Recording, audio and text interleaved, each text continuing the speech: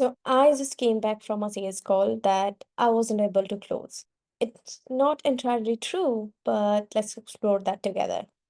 Hi, this is Bipasha, and I help business owners find what they want to do and find their target audience, their ideal niche or client, and they help them sell the product that they made after doing the research ethically. And today, I just wanted to talk about a failure, or not a failure, but something just that happened, and I just wanted to document it. And I know this happens to all of you. You went to a sales call, it was going really good, and somehow it just didn't work out.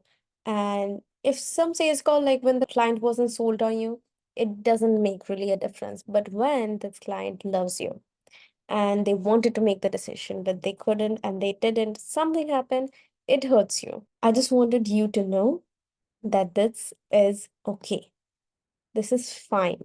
Ultimately, sales is a number game, but especially in these specific cases, you feel sad. You feel like this was a done case. I could have bagged that big cash in my bank, but I just couldn't.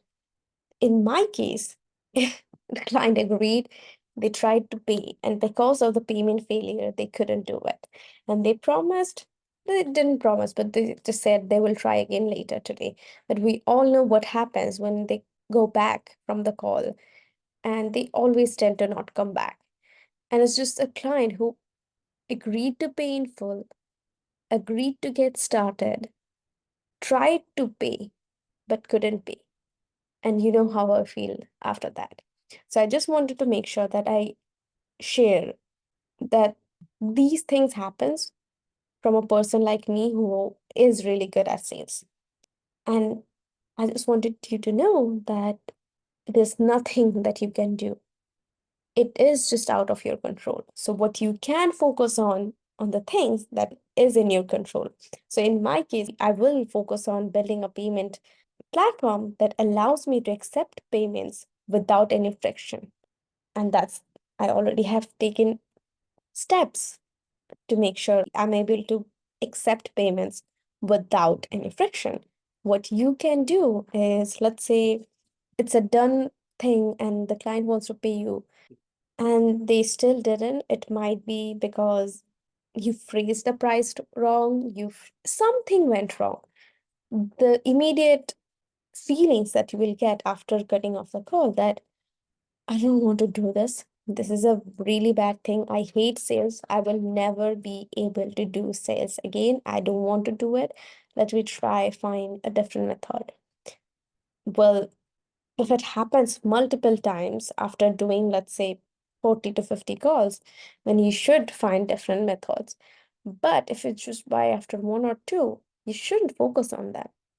Instead, just try writing things down. I wrote down the questions that came to my mind and I accept it. First of all, you accept that you feel bad. You can accept that you don't feel good. You can accept that, okay, it was, it could be better, or it's just out of my control.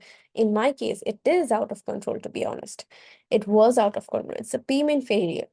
And he also tried calling his bank, but it didn't work. So still I felt bad. Still, I'm still feeling bad. And it's just, this video is just a way for me to feel good, to be honest. I'm just documenting it, sharing it with you, and helping. If it just helps one person, it will make this worth it. And also, it just, anyway, it's helping me already. So it already helped one person. So what I did after getting that feeling of failure, disgust, and everything, I wrote down some questions that came to my mind. What happened good today? I said I was able to help. Why didn't he join? Mere payment issue. How can I fix that? Stripe. Focus on Stripe. Like start accepting payments on Stripe and don't worry about the 3% transaction fees. I accept, and I also wrote down that I accept I made a mistake and it's okay. And also, so always split payments. So the payment gateway that I use, if he did split payments, it would have accepted it, I guess. And it kind of came to my intuition while he was trying, but I was busy on the other things and I just didn't paid attention to my intuition. So next time, always, always follow or do, not follow, do what your intuition says. Same for you. It's really good. And the way to stronger your motivation is doing meditation. So after this, I was still feeling that heavy sense, feeling heavy on my heart. I meditated. I'm part of the Mind Valley membership. So I'm doing duality course again because I have done it in the past. And I just went ahead and did that and accepted that it's bad and I can do better next time.